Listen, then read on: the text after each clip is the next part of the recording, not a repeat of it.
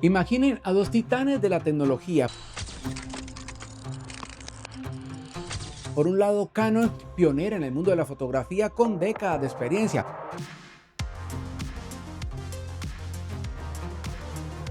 Por el otro, Sony, un coloso de la electrónica que se atrevió a desafiar a los gigantes de la imagen. En este video vamos a ver cómo Sony, una novata en el mundo de la fotografía profesional, pudo superar a Canon, el rey indiscutible del mercado de cámaras mirrorless. Bienvenidos al día en que Sony superó a Canon.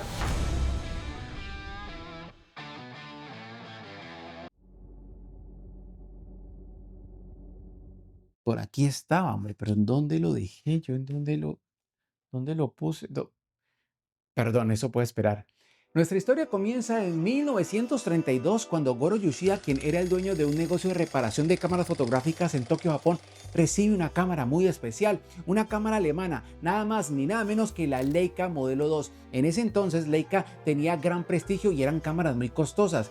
Goro Yoshida, quien era un saiyajin, un deditos creativos, dijo: hombre, no me aguanto las ganas de ver cómo es este aparato por dentro, y la destapó.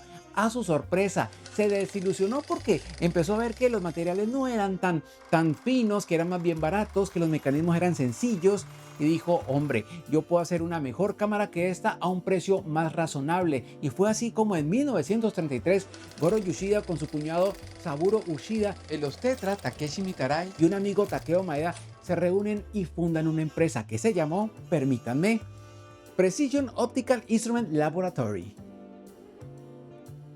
Estoy buscando algo que no encuentro.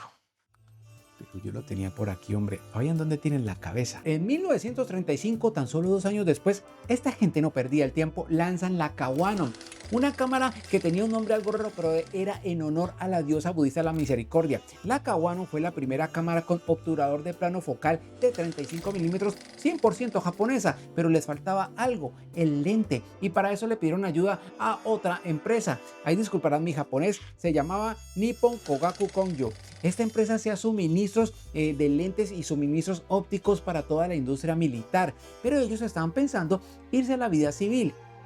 Les doy un dato curioso: esta empresa luego se llamó Nikon. Qué pequeño es el mundo. Pero yo tenía eso por aquí, hombre. ¿Dónde lo dejé? ¿Dónde yo lo dejé? ¡Ay, aquí está!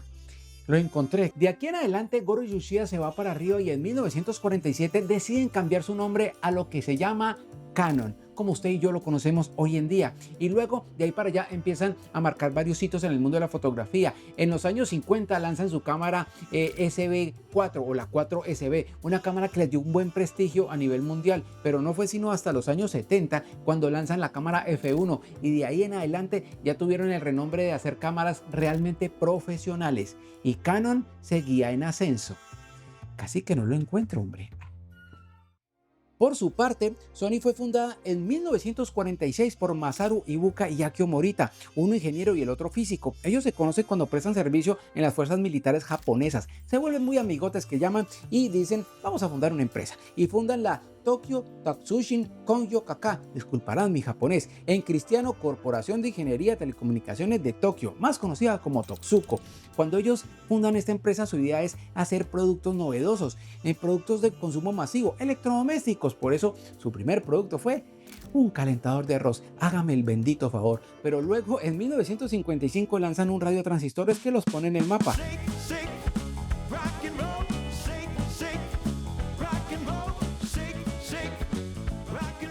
Pero en 1960 lanzan un producto que cambia también mucho la historia del mundo, y es el televisor a color Triniton. ¿Se acuerdan de ese televisor? Eso lo hizo Sony. Y luego en 1979 vuelven y hacen un producto hit, y ese fue el Walkman. Cambian la manera como escuchábamos música.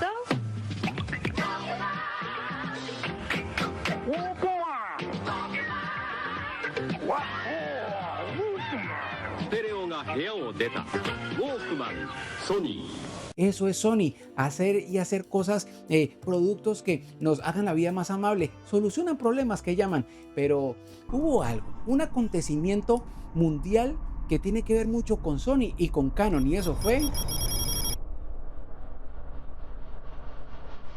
Sí, señores. Ay, ay, ay.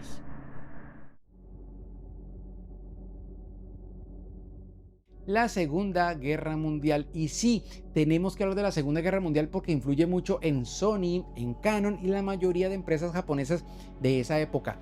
Pongamos algo de contexto. En la Segunda Guerra Mundial, Japón lo que busca es ser más influyente en Asia. Quieren hacer algo así como una colonia imperialista donde ellos sean los líderes. Entonces, a Japón no se le ocurre otra cosa sino decir que necesitan liberar a Asia de las garras de Occidente y atacan a Estados Unidos. Estados Unidos, al verse atacado, devuelven el ataque de la manera más mortífera posible, y es que cogen toda la ciudad de Tokio y la borbandean. Le meten una borbandeada a esa ciudad que la dejan sirviendo para nada, la calcinaron. Eso se conoce como la noche de la nieve negra. Calculen ustedes, más de 100.000 muertos, mucho más que las bombas de Hiroshima y Nagasaki. Luego siguieron las bombas de Hiroshima y Nagasaki, y Japón, ¿qué hizo? Pues firmar la rendición porque los estaban destruyendo. Cuando Estados Unidos gana, entra y ocupa Japón y empieza a hacer cambios en sus políticas, en muchas cosas se meten para cambiar el timón del comunismo al capitalismo, que es lo que realmente buscaba Estados Unidos. Pero no se quedó solo con eso, empiezan a darle ayudas de todo tipo, todo el dinero posible para ayudar a Japón. ¿Por qué? Porque ellos necesitan que Japón sufriera, fuera otra vez una potencia, y de hecho eso pasó, se conoce como el milagro japonés. Japón, con toda su disciplina y todo el dinero y la ayuda de Estados Unidos, vuelven a ser potencia, pero obviamente hasta a Estados Unidos les sirve mucho la estrategia porque quedan con una potencia mundial en Asia que son sus aliados.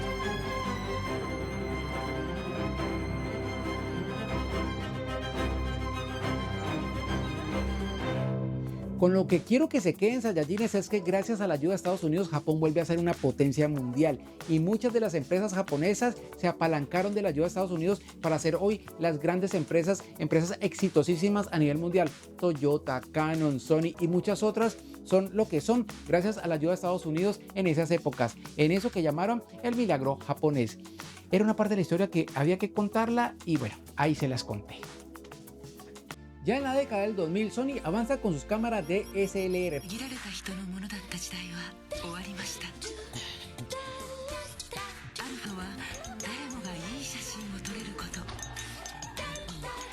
Pero no es sino hasta la compra de Konica Minolta cuando ellos dan un salto de calidad, porque juntan la tecnología de imagen de Konica Minolta con su propio desarrollo, y es así como lanzan su cámara Nest.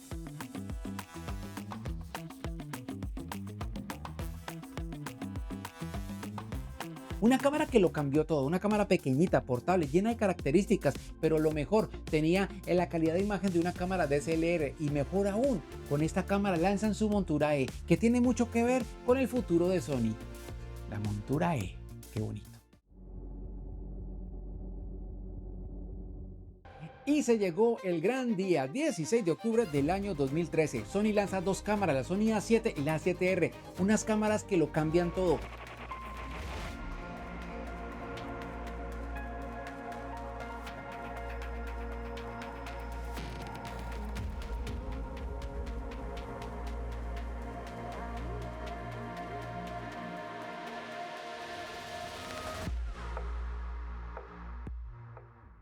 Pequeñas, lente intercambiable, full frame, un enfoque automático envidiable y muchas características que nadie pensaba que se pudieran meter en una cámara. Cuando Sony lanza esto, todos los fotógrafos profesionales dijeron: wow, ¿qué es esto? Incluso hubieron migraciones de fotógrafos de otras marcas y empezaron a comprar cámaras Sony porque ya eran realmente profesionales. La cámara mirrorless había nacido. Ya que cuento de pentaprismas, que cuento de espejo, lo que iba a mandar era la tecnología digital en la fotografía, y Canon no la veía venir, tanto así que Canon lo vio y dijo: esperemos a ver qué pasa, y ese fue su peor error.